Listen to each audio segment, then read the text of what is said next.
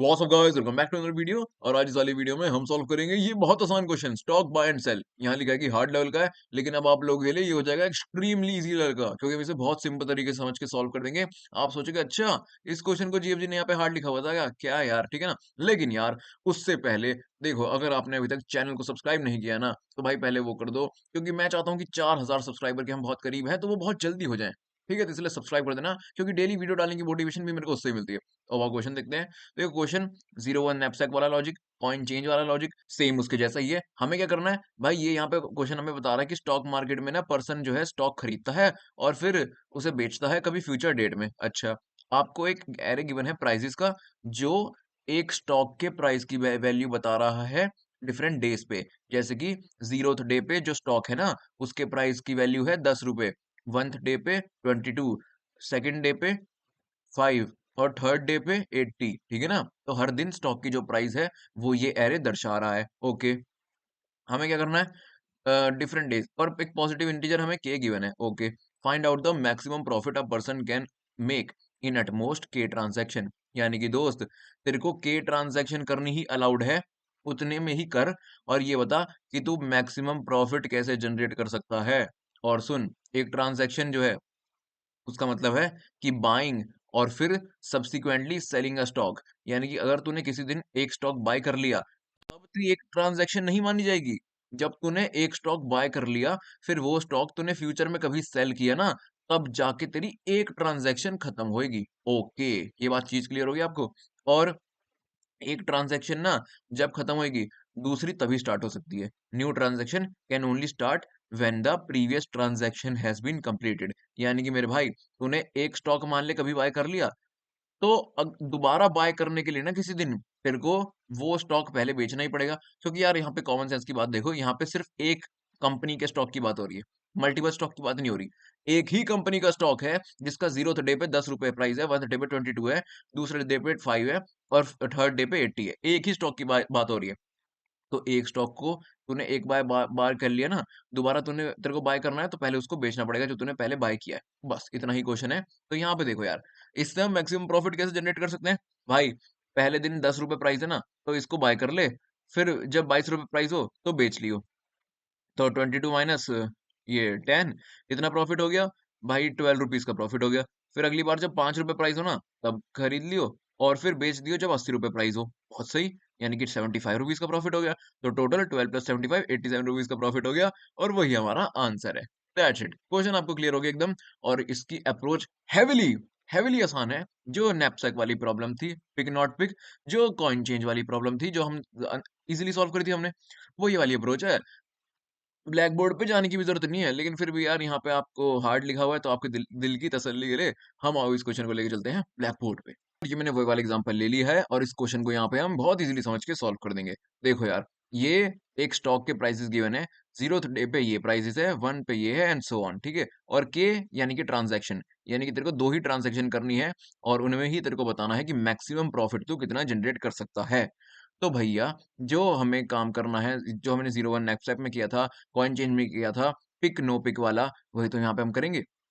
देखो यार, एक पॉइंटर की मदद से, या फिर एक कह सकते हैं वेरिएबल आई की मदद से, इंडेक्स की मदद से हम इस एरे को ट्रेवर्स करेंगे। जो भी हमें जिस भी उस पे एलिमेंट पे हम आए, वो उस दिन स्टॉक का प्राइस दर्शा रहा है। तो हम क्या कर सकते हैं, हमारे पास दो ही तो चॉइसेस हैं।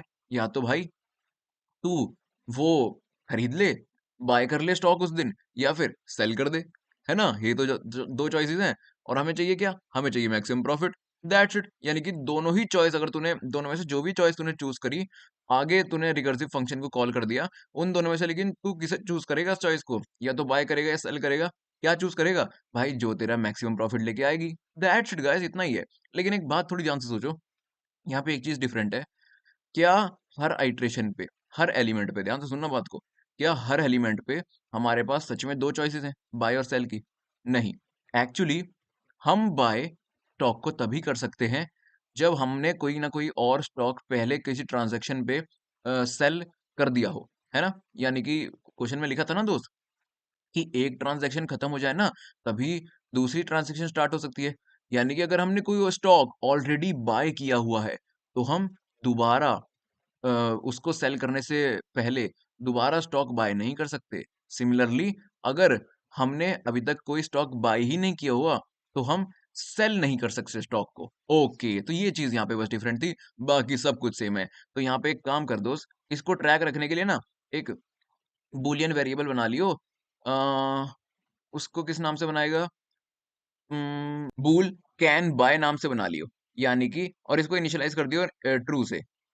मतलब भाई ये वेरिएबल जब भी ट्रू होएगा ना, तब तू स्टॉक बाय कर सकता है, अगर फॉल्स हुआ तो नहीं कर सकता। हमने इनिशियलाइज़ ट्रू से क्यों किया है? क्योंकि भाई अभी तो एरिक ट्रैवर्स करना स्टार्ट भी नहीं किया ना हमने, तो अभी तो हमने कुछ बाय नहीं किया।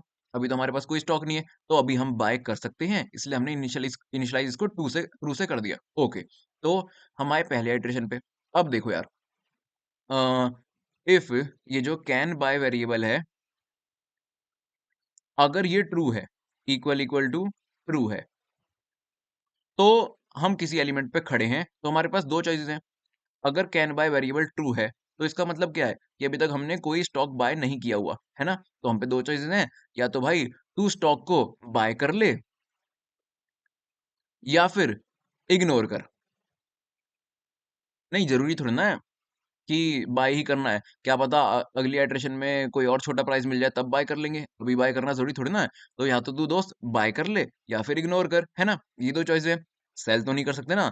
अरे भैया जब बाय ही नहीं किया तो सेल किसे करेगा? पहले खरीद तो बेचने से पहले। ओके, यानी कि अगर अभी तक हमने कोई स्टॉक बाय नहीं किया और हम किसी एलिमेंट पे खड़े हैं, तो या तो भाई तू वहाँ पे बाय कर ली हो या फिर इग्नोर कर दी हो। तेरे पास यही 2 चॉइसेस हैं। और सिमिलरली इफ जो कैन बाय वेरिएबल की वैल्यू है, अगर वो फ़ॉल्स है, तब तेरे पास क्या चॉइसेस हैं? कैन बाय की वैल्यू अगर फ़ॉल्स है यानी कि तूने एक स्टॉक बाय कर रखा है, तो तू अब बाय तो नहीं कर सकता। तो तेरे पास 2 ही चॉइसेस हैं, या तो दोस्त सेल कर दे या फिर सिमिलरली इग्नोर कर दे। ओके, सिमिलरली जैसे इसमें हुआ था कि अगर हमने कोई स्टॉक खरीद नहीं रखा, तो तू किसी एलिमेंट पे आया है, तो भाई स्टॉक खरीद ले या तो। अरे भाई तूने कोई स्टॉक खरीद नहीं रखा, तो या तो खरीद ले या फिर मत खरीद। ये तो 2 चॉइसेस हैं। और अगर खरीद रखा है, तो तू खरीद तो नहीं सकता, या तो उसे बेच दे या फिर मत बेच। बस ये तो 2 चॉइस हैं। लो भैया, यानी कि बस हमें इन 2 कंडीशन के लिए अब रिकर्सिव फंक्शन लिखना है और हमारा कोड हो गया। इतना ही आसान था दोस्त, इतना ही आसान था। तो अब देख, अगर तू स्टॉक खरीद रहा है, तो एक तो तूने मान ले सॉल्व फंक्शन बना लिया, उसमें ये मान ले तेरा एआरआर है, तूने इस एरे को पास कर दिया, तूने इस के को पास कर दिया और तूने इस बूलियन फंक्शन कैन बाय को पास कर दिया, बूलियन वेरिएबल को, ठीक है? और तूने एक इंडेक्स को पास कर दिया और क्या पास करेगा दोस्त तू? और कुछ भी पास नहीं करेगा बस, ये तो चाहिए। और ये फंक्शन होगा इंट टाइप का क्योंकि ये हमें मैक्सिमम प्रॉफिट रिटर्न करेगा, है ना? तो हर केस में हमारे पास 2 ही चॉइस होंगी, या तो बाय कर ले या इग्नोर कर या फिर सेल कर ले या इग्नोर कर। तो एक काम करते हैं वही इंट पिक और नो पिक या फिर हाँ, वही पिक और नो पिक ही बना लेते हैं। इंट पिक 0 से और इंट नो पिक वेरिएबल दोनों 0 से बना लिए। बस भैया, अब अगर तू किसी एलिमेंट पे खड़ा है और उस स्टॉक को तू बाय कर रहा है, यानी कि बाय करने के लिए तो तेरे को पैसे देने पड़ेंगे ना, सेल तू करेगा तब तेरे को पैसे मिलेंगे, बाय कर रहा है तो तेरे को पैसे देने पड़ेंगे। ये एआरआर ऑफ आई एलिमेंट है ना दोस्त, ये अगर तू पहले 0th डे पे स्टॉक को बाय कर रहा है, तो जो भी इसकी वैल्यू है, वो तेरे को देने पड़ेंगे। यानी कि पिक अगर तू कर रहा है, तो सबसे पहले कॉस्ट चुकानी पड़ेगी तेरे को इस एलिमेंट की, जो भी है, यानी कि वो माइनस हो जाएगी एआरआर ऑफ आई माइनस हो जाएगी, प्लस बचे-कुचे एरे के लिए ना फंक्शन को कॉल कर दियो, यानी कि सॉल्व फंक्शन किस प्रकार कॉल होएगा, एरे एज़ इट इज़ पास हो जाएगा कि भैया ट्रांज़ैक्शन एक हो जाएगा, है ना? अगर तूने स्टॉक बाय कर दिया, तो एक ट्रांज़ैक्शन हो जाएगा। नहीं, एक स्टॉक बाय करने पे ट्रांज़ैक्शन कैसे हो जाएगा? क्वेश्चन ने क्या बोला था? एक ट्रांज़ैक्शन कंप्लीट कब होगा? जब एक स्टॉक बाय करके तू सेल कर देगा ना, तब एक ट्रांज़ैक्शन कंप्लीट होगा। यानी कि तू स्टॉक चाहे बाय कर ले, के में कोई चेंज नहीं आएगा। के तो तभी चेंज होगा जब तू स्टॉक बेचेगा। तो मेरे भाई के भी ऐसे ही पास हो जाएगा। कैन बाय, अब देख, तूने जो है ना स्टॉक को बाय कर लिया है, तो आगे स्टॉक को तू बाय नहीं कर सकता इसे बेचने से पहले। तो कैन बाय को ना ये इनिशियलाइज़ तूने ट्रू से करा था, अब तू इसको फॉल्स कर दियो और आई को इंक्रीमेंट कर दियो। That's it. इतना ही आसान था गुरु। और अगर तू इग्नोर कर रहा है, अच्छा भैया अगर तू इग्नोर कर रहा है तो तू यानी कि नो पिक कर रहा है। इग्नोर कर रहा है तो फिर कोई माइनस नहीं होगा, तूने कुछ खरीदा ही नहीं है तो माइनस किस बात का? बस इग्नोर ही कर दे फिर तो, अगले पार्ट के लिए फंक्शन को ही कॉल कर दे, सॉल्व को, अरे उसमें एज़ इट इज़ पास कर दे, के उसमें एज़ इट इज़ पास कर दे। अब तूने इग्नोर करा है, बाय नहीं किया, तो फॉल्स थोड़ी ना होगा, ये तो अभी भी ट्रू ही रहेगा, क्योंकि फ्यूचर में तू बाय कर सकता है, तूने बाय अभी किया नहीं और आई +1 हो जाएगा। हलवा एकदम भाई हलवा, और हार्ड कुछ है ही नहीं, सच में इतना ही आसान था। सिमिलरली ये वाला केस देख ले, अगर कैन बाय जो है वो फॉल्स है, तो तू क्या कर रहा है? तू सेल कर सकता है या फिर इग्नोर कर सकता है। यानी कि अगर तू पिक करेगा, पिक का मतलब यहाँ पे सेल है, ठीक है ना? अगर तू सेल करेगा, तो दोस्त बाय करने पे तेरे को जो भी उस दिन का स्टॉक का प्राइस था, वो चुकाना पड़ा। लेकिन अगर तू सेल करेगा, तो जो भी प्राइस है उस दिन का, वो तेरे को मिलेगा। यानी कि एआरआरआई प्लस हो जाएगा। सिंपल, ठीक है?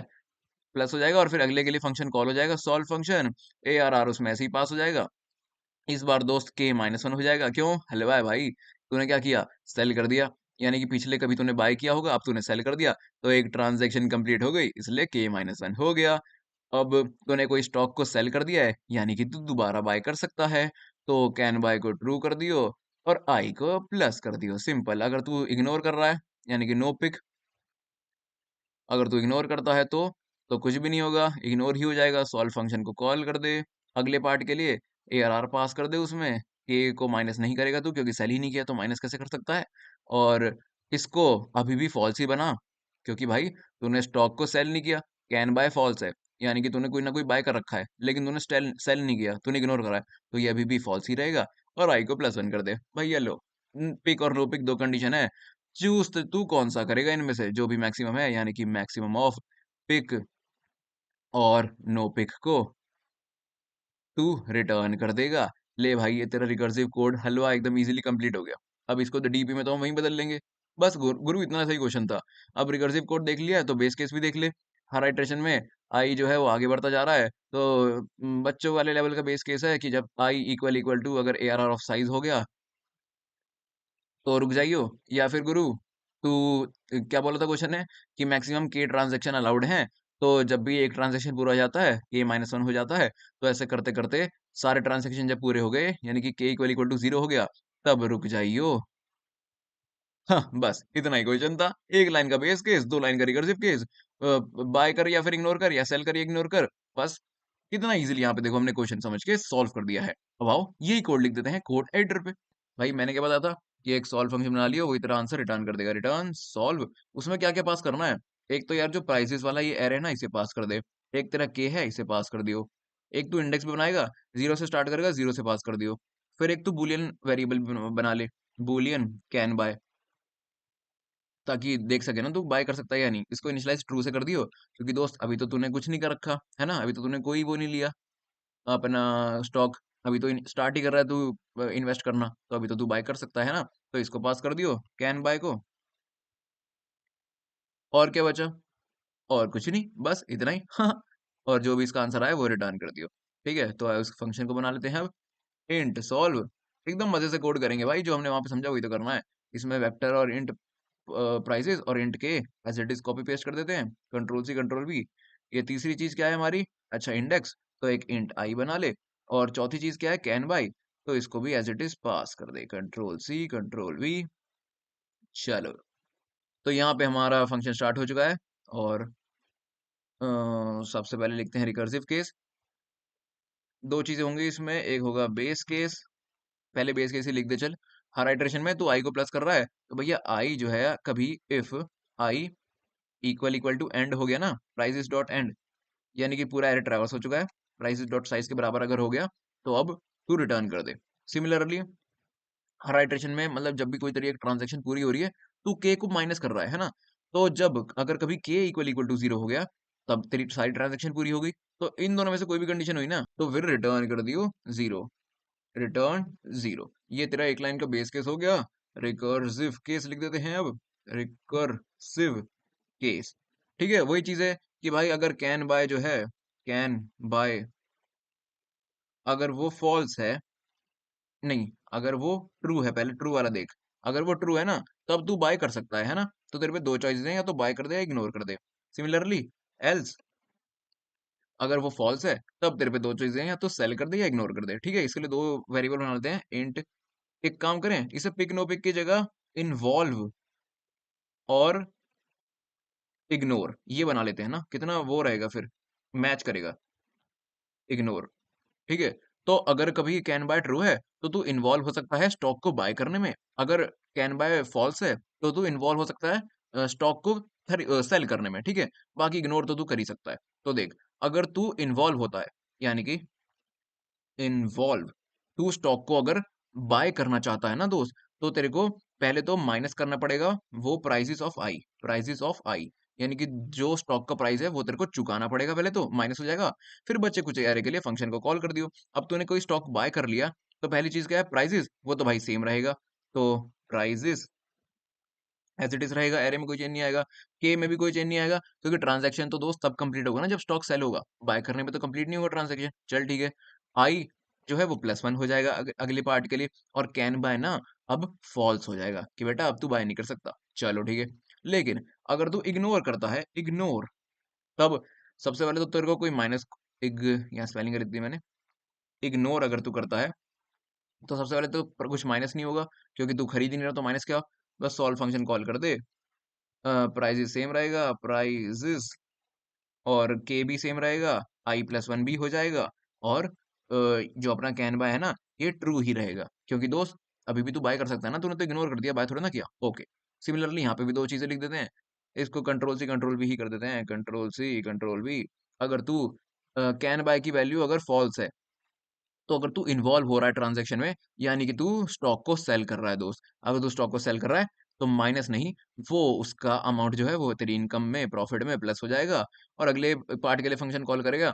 बेटा अगर तूने स्टॉक को, सॉरी यार मैं बेट, तो भाई अगर तूने स्टॉक को सेल कर दिया है ना, तो एक ट्रांजैक्शन पूरी हो जाएगी, तो k-1 कर दियो, i+1 कर दियो, और कैन बाय को वापस से ट्रू कर दियो, क्योंकि तूने स्टॉक को खरीद के सेल कर दिया, तो ट्रांजैक्शन पूरी होगी, अब तू दोबारा बाय कर सकता है। सिमिलरली अगर तू इग्नोर करता है, तो प्राइस सेम रहेगा, के में चेंज नहीं आएगा, i+1 हो जाएगा, और कैन बाय अभी भी फॉल्स रहेगा, क्योंकि तूने स्टॉक को सेल थोड़ी ना किया, तो अभी भी तू दूसरा स्टॉक खरीद नहीं सकता। लो जी भैया, यही हमारा पूरा का पूरा कोड था। इफ स्टेटमेंट एल्स स्टेटमेंट यहाँ खत्म हो रहा है, तो यहाँ पे तू इन्वॉल्व और इग्नोर में से क्या रिटर्न करेगा, maximum of involve and ignore, यही तेरा मैक्सिमम प्रॉफिट है, और तेरा काम हो गया है इजीली। यहाँ पे तूने रिकर्सिव कोड लिख दिया। अब इसी कोड को उसमें कन्वर्ट कर लेते हैं, डीपी में। उसके लिए सबसे पहले यहाँ पे इंट एन बना ले, एक प्राइसेस डॉट साइज, और फिर एक डीपी वेक्टर बना लियो, और एक काम करियो, जो कैन बाय वाला सिस्टम है ना, ट्रू फॉल्स वाला, इसको भी एक दो साइज का वेक्टर बना के डीपी के साथ ही डाल देंगे, वेक्टर, यानी कि अब vector of vector of vector, और एक आखिरी वाला वेक्टर जो है ना, ये वो दो साइज का होगा बस। तो पहले तो ये बना ले, vector vector int int, control C control V, n comma, ये k+1 साइज का, और सब में -1 स्टोर कर दे, k+1 साइज का, सब में -1 स्टोर कर दे। लेकिन एक मिनट, तीसरा वाला जो वेक्टर है वो सिर्फ दो साइज का होगा, वेक्टर इंट,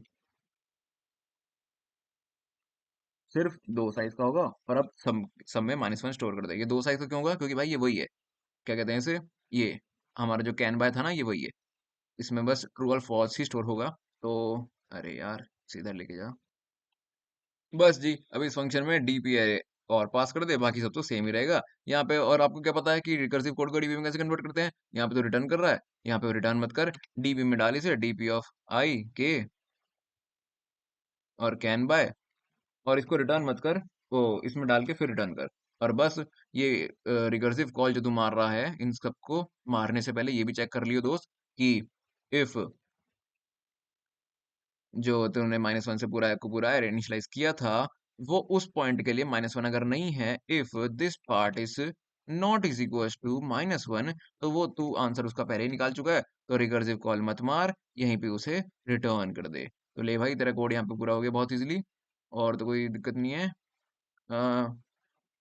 यहाँ पे तूने बूल कैन बाय बना दिया है ना, तो फिर यहाँ पे कैन बाय तूने हटा दिया है, तो इसको यहाँ पे इससे पास मत कर, इनिशियलाइज ट्रू से किया ना, ट्रू से पास कर दे बस। बस अब तो मेरे ख्याल से और कोई दिक्कत तो है नहीं। हाँ, फंक्शन में हर जगह डीपी भी इन्वॉल्व करना है, डीपी, डीपी, यहाँ भी डीपी और यहाँ एक बार एक जगह और होनी चाहिए ना, हाँ, यहाँ भी डीपी। चलो, यहाँ पे इज़िली डीपी का कोड वो रिकर्सिव कोड डीपी में कन्वर्ट हो गया। कंपाइल रन करके देखते हैं क्या गलती है। ओके, कोई ना कोई गलती तो है ही। DP was need not declared यानी कि कहीं एक जगह तूने लिखना भूल गया। लिखा तो है भाई यहाँ पे,